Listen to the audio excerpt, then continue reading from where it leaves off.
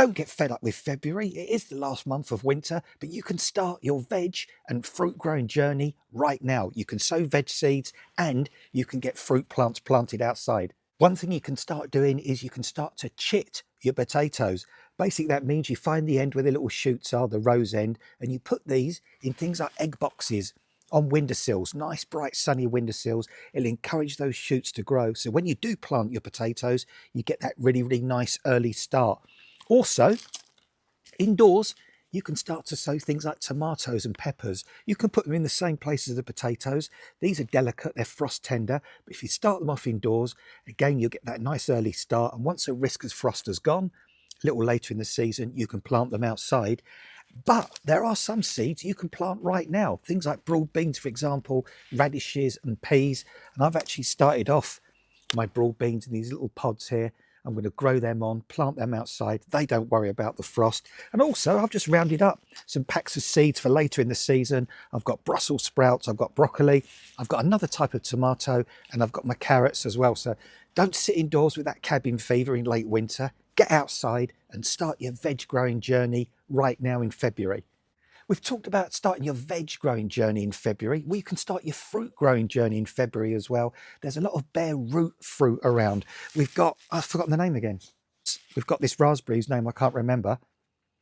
This one, oh no, I've forgotten it. Morning Jewel. Oh, this is Morning Jewel, which is a mid-season raspberry. Get these home, soak them overnight, plant them.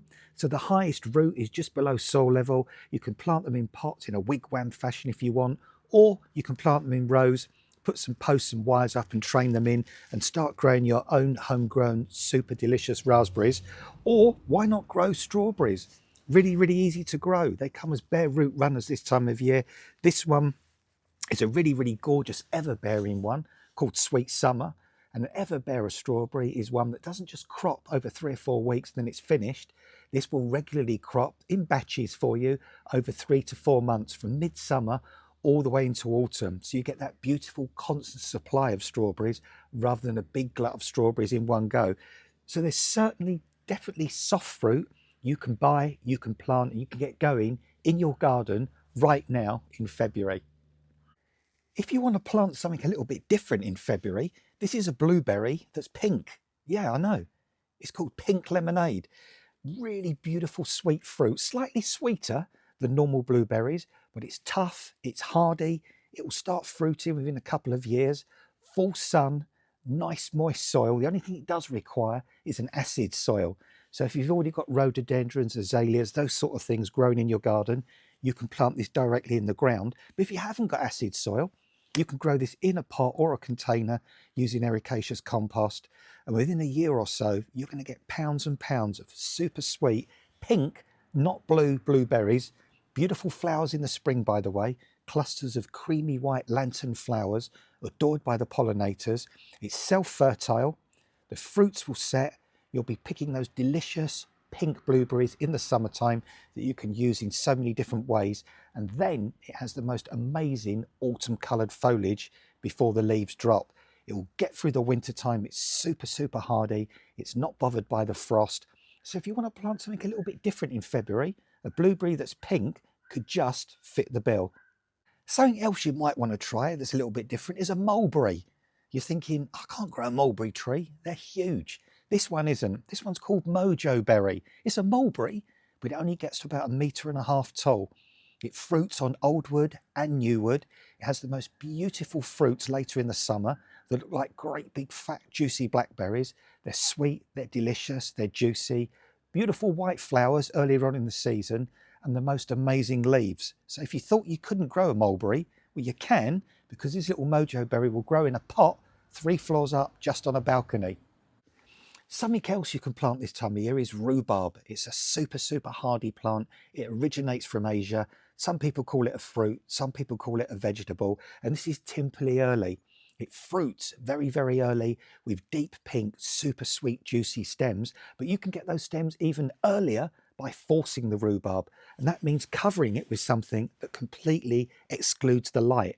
That way it forces it to grow much, much more quickly with those tender early stems. You can pick some of those to start with, then remove the cover and then let it grow some new leaves after that for cropping in the ordinary kind of way. It's tough, it's hardy, plant it in a sunny position, dig in lots of organic material and enjoy super sweet, lovely rhubarb, forced or grown naturally year after year after year. You can plant tree fruit this time of year. How about planting a cherry tree?